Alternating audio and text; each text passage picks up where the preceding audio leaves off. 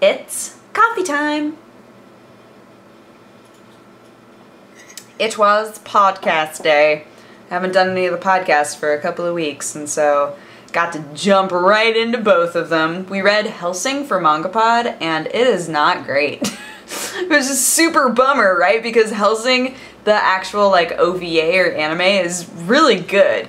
In an actual action sequence, when it's animated, it's very easy to follow. The manga, not so much. The art's kind of all over the place, and the story itself is just like not... It's not that the story is bad, it's that the pacing is really bad, right? So we spent pretty much all of MangaPod just talking about like the things that we found confusing and the fact that we really liked characters. I always hate that when there's a story and I wish that I could pluck the characters out and put them into something else, because I love the characters themselves and I'm like, you deserve so much better. I wish that I could just pick you up and put you in a different story with a different artist, or oh, hello, spider. A different artist, or a different writer, or just something, you know? But again, the animated version of it is great. It's just, the manga is not. It's just not doing it for me. And it was the first MangaPod that we had Lou from Sitting by the Window Anime Reviews on, and he's great. He's so chill.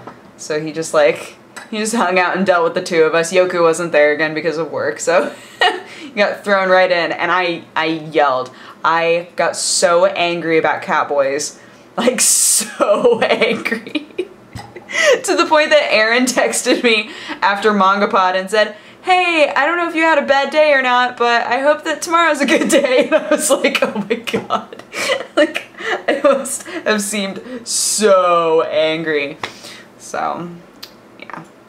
I think I carried over my frustration from the Co-optional podcast into MangaPod by accident. Because, like, okay, I get told all the time that I don't talk enough, right? So, when I do talk a lot, usually either TB or Jesse completely talks over me and doesn't let me finish a sentence. And it's so frustrating sometimes. Sometimes I just don't care, and I'm like, alright, whatever. Today was one of those days where I was not having it. I just like lost it. I lost it so many times. And then it carried over. It carried over into MangaPod. And I started yelling about Catboys, and Aaron gave me this look like, you sound actually angry right now. And I was like, I am actually angry.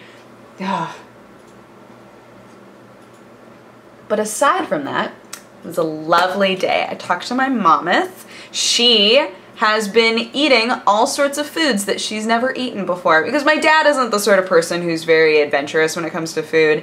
He knows what he likes, he eats those things, and he doesn't have really any interest in like trying foods from other cultures, right?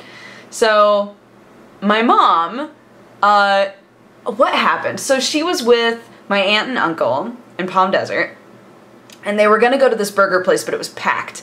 And my mom saw a Korean barbecue place, and she's wanted to go for a long time. She knows that I love Korean barbecue.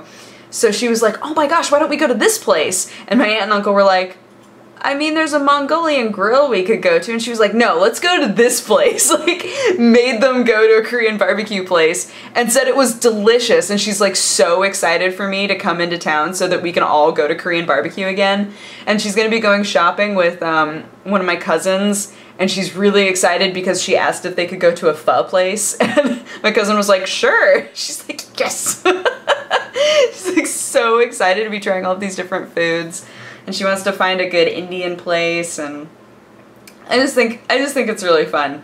Like, the difference in their lives when they're in Oregon versus when they're in California, it's completely different. And I think part of it is just that in Palm Desert they have the sun, their arthritis isn't bad, like allergies aren't a problem, so they just both feel better when they're in Palm Desert.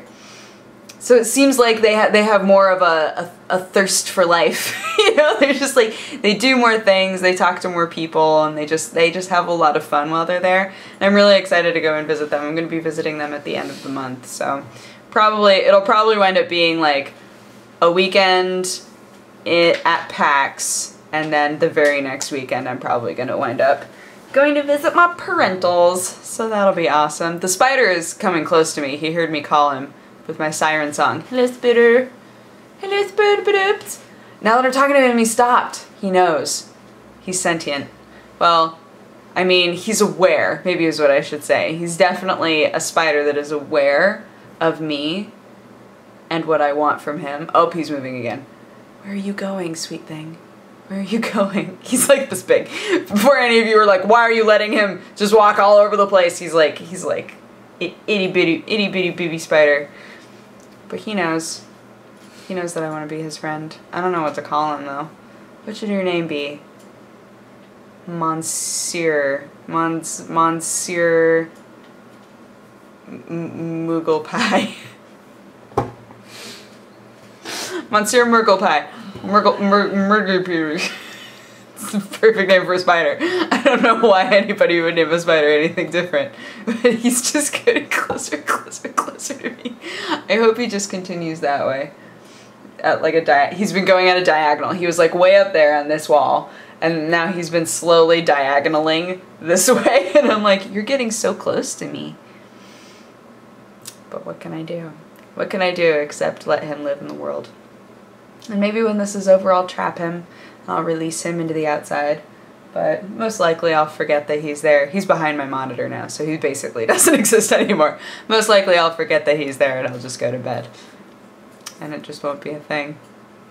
I'm so excited. I thought of something that I can do with my leftovers, right? So I made the dakbokumtang, and I'm like, I don't get the feeling that Samurai is going to wind up eating these leftovers as they are, right? I feel like in the future, I'll definitely make this again because the broth was just like too good, but I feel like in the future I wouldn't use chicken legs. I feel like that wasn't the prime option for this sort of a food. But what I can do is I have so much rice left. I made way too much rice. I have so much rice left, and when you make chicken fried rice, or any sort of fried rice, you're supposed to make the rice ahead of time and then like leave it in the fridge overnight so that it cools down a lot. Perfect. So I have all of this rice in the fridge. I have all of this super spicy chicken on the bone, so I can take it off of the bone and I can make chicken fried rice with the spicy chicken. So I think I'm probably gonna do that tomorrow. I'm really excited. It just like, it dawned on me today. I was like, what am I gonna use these leftovers for? And then I realized, oh my gosh, I can make chicken fried rice. So that's my plan. That's my plan right now. I think I pretty much have everything I would need for it too. But anyway, yeah, had a good day, did good stuff, felt strong feelings, and now I'm gonna go and just chill for the rest of the night. But I hope you guys have had a fantastic day, and I will talk to you again tomorrow. What? Okay, bye-bye. Mwah.